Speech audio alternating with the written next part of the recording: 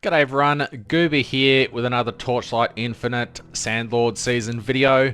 I'm actually having a reasonably easy start to the season, mainly because of the farming strategies that I am doing. They are quite profitable, and I am making a fair bit of profit doing them.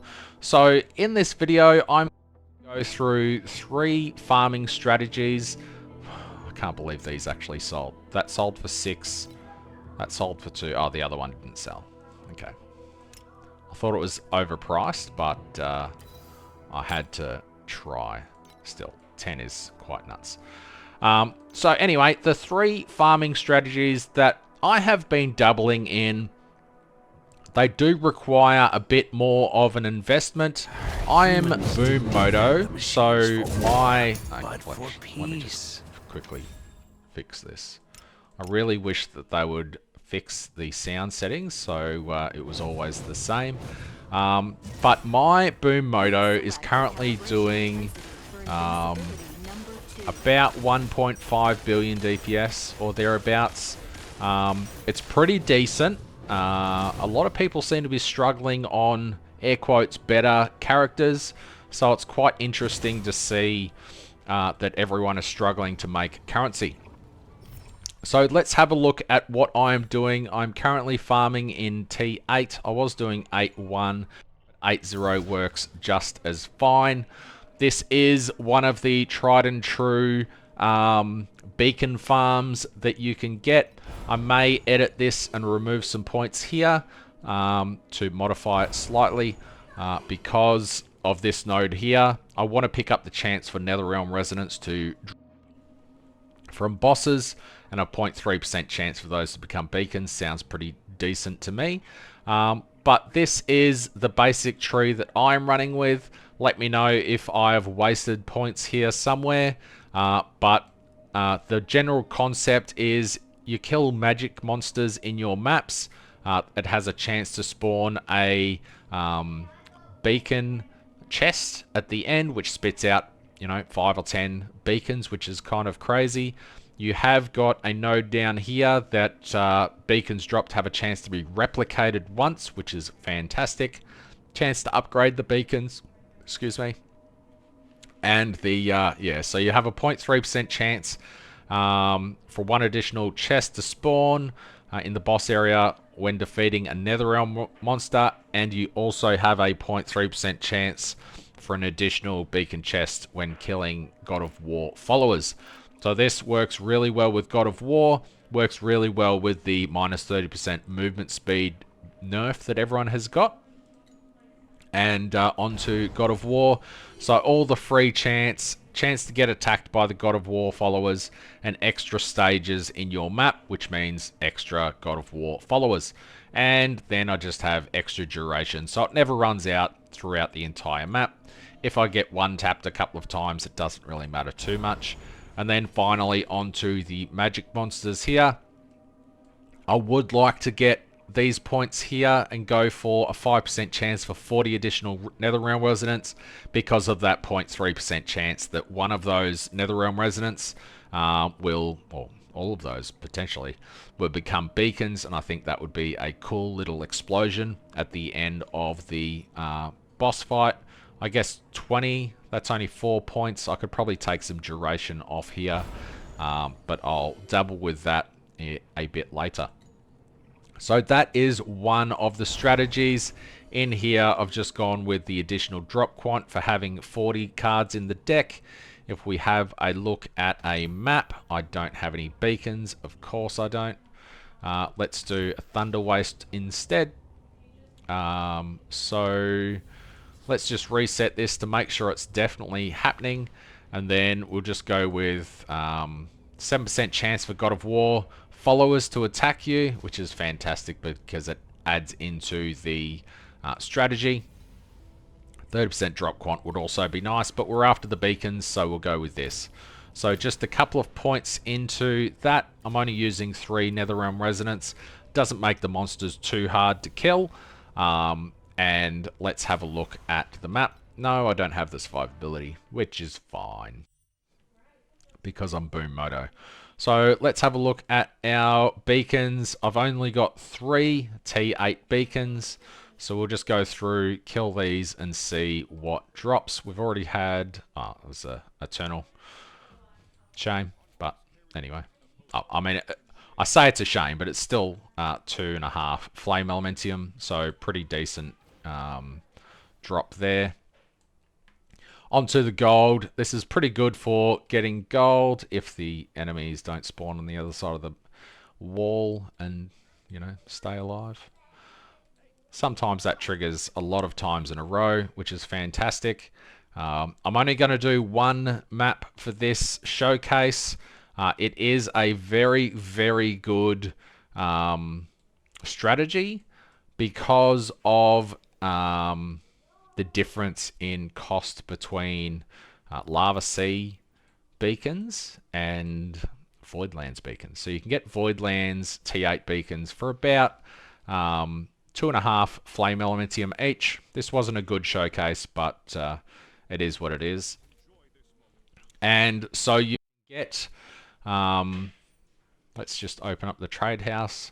It's really easy to search for Time Mark 8 beacons because there's not really anything with 8 in the name. So Glacial Abyss beacons are 3 each. Lava Sea, what? 3.5. I thought they were 4.5 yesterday. 2 for Steel Forge, 2 or 2.5 for Thunder Waste, and Voidlands is 2 as well. So if you target farm Lava Sea or Glacial Abyss, then you'll be making bulk profit. I ran 20 maps yesterday. I got about 40 beacons. So 20 was sustain, but the majority of them were Lava Sea. So that's where you saw me sell the 27 of them here, which was really quite nice profit. You can see there that's about 4. Might have been 3.6 or 3.7 or something. But they do sell really quite well. I'll chuck the build code in the description. My creations, create compass, Shady Compass. I was watching Shady Broker when he flashed this up, so I will put his name in that. Anyway, that will be in the description below. Now, another one that I was doing, this does require about 1 billion DPS to do it quite comfortably. I won't do that right now. However, it is another one which I was conflicted. I was like, do I share this or do I just make a ton of currency? But I'm going to share it. So these were 3 each yesterday, but even at 4, so that's 4, 8, let's just say 12 FE cost, or 11 because there's a bunch up there for 3. If you can do Doom, then you are going to be making insane profit. So let's say it's 12 FE to run that. Even on standard, there is a 50% chance for Familiar Nexus to drop. They are selling for 30. So on average, every kill you're making 3 FE profit, which it was 40 yesterday. So, but as more and more people use these, the price will go up. There will be a bit more parity, but as I said just before, if you're doing Doom, then you're making a guaranteed 14 FE profit per kill. On standard, it is still 3. And I'll show you how to do that. It used to be from here, but now it is from the trader down here. You just go to the Great Void, chuck in your edicts. I did buy 25 sets last night before bed. And you just have to kill Keegan. So Keegan hits pretty hard, but he's pretty easy to avoid his abilities if you do damage and can phase him down pretty quick. Generally, if you dash into this corner, he can't actually hit you with that ability. And then you just dash over the darts. He gets to that point, just stand in this spot here and drop a portal. If you don't drop a portal and you use the default portal, it puts you out the wrong side of the map. Come on, Just do your ability. So after this, the second wave of this actually does no damage. So this one here does no damage. You can just dash into this corner. I was going to say nothing can hit you, but if you dash a little bit later, then you'll be fine. And we got lucky and got a familiar Nexus. That's bound, and it's not really good for me, so I'll leave it on the ground. You can get double corrupted stuff. It is quite rare. It is more common in... Oh, I did it again. It's more common with the Uber version. However, it is a nice surprise when you get a double corrupted item. Unfortunately, the only one that I've had drop so far in about 22 maps has been a pretty garbage item. But anyway... Oh, how? How did that get me? Oh...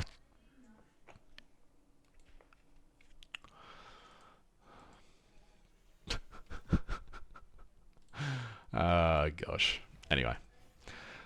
I didn't want my XP anyway. I'll get it back later when I go back to beacon farming. So this is a technically pretty easy boss to do. You can either run it in that bottom corner. I think someone said that you can hide here and it won't hit you either, maybe.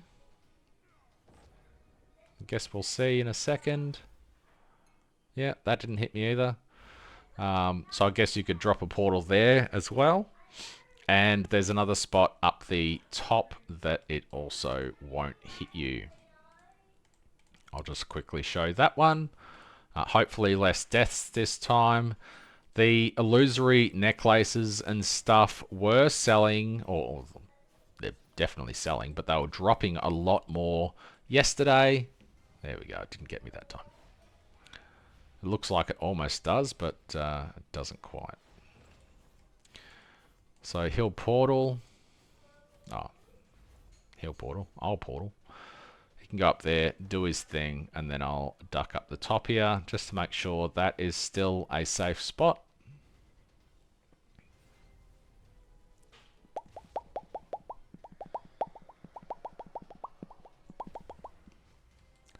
So up here should be a safe spot, I think. Bypasses you. And well, it's corroded. I can sell it. I don't know if it'll be worth anything, but let's have a little look. Minus 9% damage taken, 7 FE. It's not too bad. I'll sell mine for 6 to see if it sells quickly. Although 23% life regain is pretty reasonable.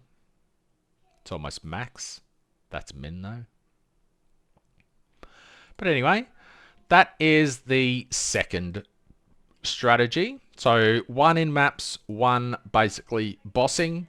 There are other bosses that you can do, but I haven't done them yet. And finally, let's just double check the prices of stuff for this one as well. The pages of Aeterna yesterday were 0.15 each. They're still pretty much 0.1, which is crazy for how much they drop. You will need a reverberation key to get into the boss or into the ruins. They're 0.25 each at the moment, which is kind of insane. Something that drops a lot in there is Netherrealm Resonance. Netherrealm Resonance is also going for about 0.1 each at the moment.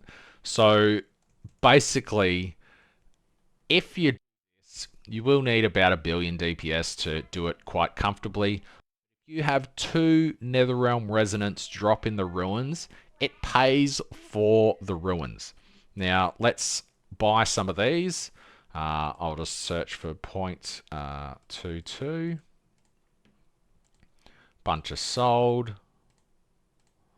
Might have to go to 0.25, so there we go. Go back, buy those. So 11 FE for 50 ruins. I have only done a couple, and I have upgraded my palms a tiny bit. Let's have a look at the palms. So 20 pages, you get 10 for free. So you need to get 10 pages to unlock the second soul candle slot. Down the bottom here is all about soul candle smashing. Over here is all about upgrading the drop quant and stuff for your ruins and your cities, that sort of thing. Someone said that the ultimate room was gone, but I mean, it's still there. I don't know. Maybe they buffed them. And then the left-hand side is all about adding monsters and stuff to the maps. So if you're doing the Ruins Rush strategy that I had last season, you want to grab all these ones over here and all the ones over here. Not really worry about the candles. However, candles at the moment are worth a ridiculous amount of currency. So you may want to do that.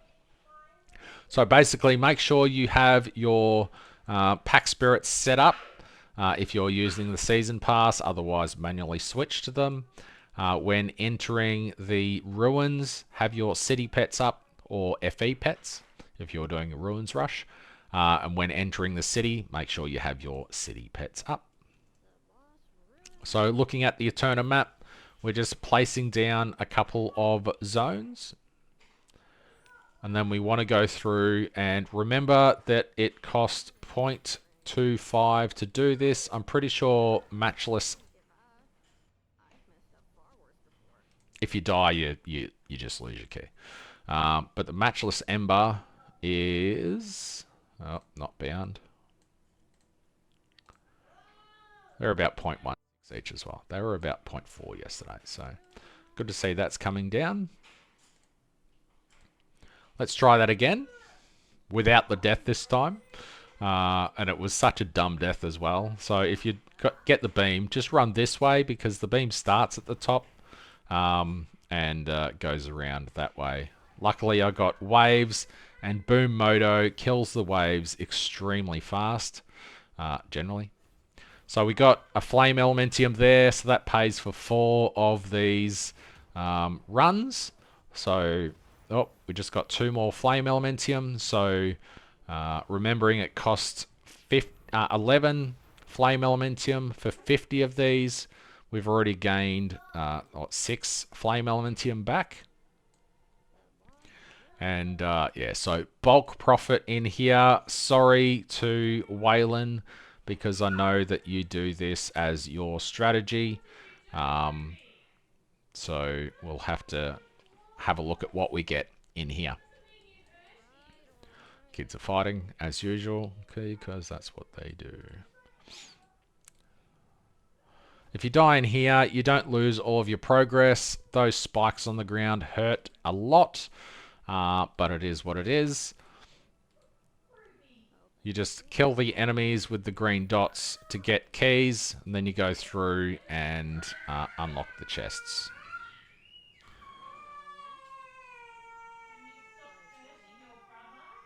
Kids are fighting.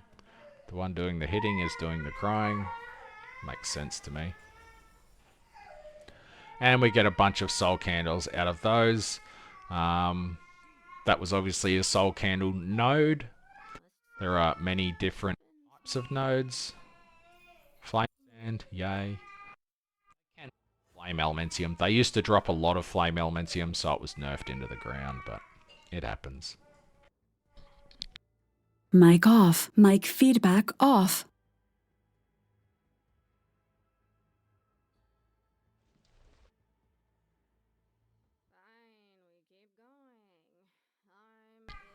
Mic on. So mic once feedback you on. Kill all of the, open all the chests. Was the boss not connected? I could have sworn it was. I didn't connect the boss. Are you kidding me? I can't believe I didn't connect the boss. In a second. Alrighty, so when you kill the, or loot the last chest, it does spawn a portal to the boss, who you then kill immediately, and this is what we are given. So we got lucky and got a T1 affix candle there, and a bunch of other candles, and then 93 pages. That's about 9 FE, which pays for 50 ruins, which is kind of insane. We got a Tomorrow's Direction there as well. And then you can go into Candle Fusion. I'm horrendous at Candle Fusion. But if we, oops. If we look at the details, lightning damage, I know that people lightning skill levels. I don't have T2 the border there. So let's look for another one. Imbue, damage over time. Do I have any damage over time ones? No, I don't. Do I have any that are doubles? So I can show this. Fire skill area maybe. Yep, so the fire skill area is level 2. This adds a chance to become a tier 1 fire. There we go, we got a tier 1 fire. The other one didn't transfer over. And let's see that one. Fire skill area is probably, it's still 6 flame elementium. That's not horrendous. Other things that you get for double tier 1, 30 flame elementium, 40 flame elementium. It's actually also got curse skill area. So that's actually a really decent starter candle. I'll probably put that one up for 50 flame elementium or so, because just 2 of these is worth about 30 or 60 or 100. So that's really good profit just getting that. You can go ahead and sell the pages, or you can just invest them back into here to unlock the ×2, unlock more areas, which means you get more pages. So you'll level this up a lot faster. And if you're getting more drop quantity and stuff from your ruins and your cities, then and unusual rooms. So there is quite a lot of choices to make with City of Aeterna, but the profits that you can make is absolutely obscene right now from this strategy. I will be making videos on these individually to show some tests, but for right now, that is 3 completely different farming strategies that you can do to make a lot of currency early in the season. And if you haven't checked it out already, I have a website that my brother and I are making, which is tlitracker.com. Not tlitracker.gg rather. We will be going through and updating the prices once a day, just on the main commodity items. So if you have edited your list, you just have to refresh it. And if you have put in your own prices over top because you're waiting for us to update, just hit refresh and it will refresh to the average market price for those items for after we update it, which I'll probably go through and update the prices right now. So they'll be pretty current for another 24 hours. Anyway, that's what I've got. Thanks for watching, and I'll see you in the next one.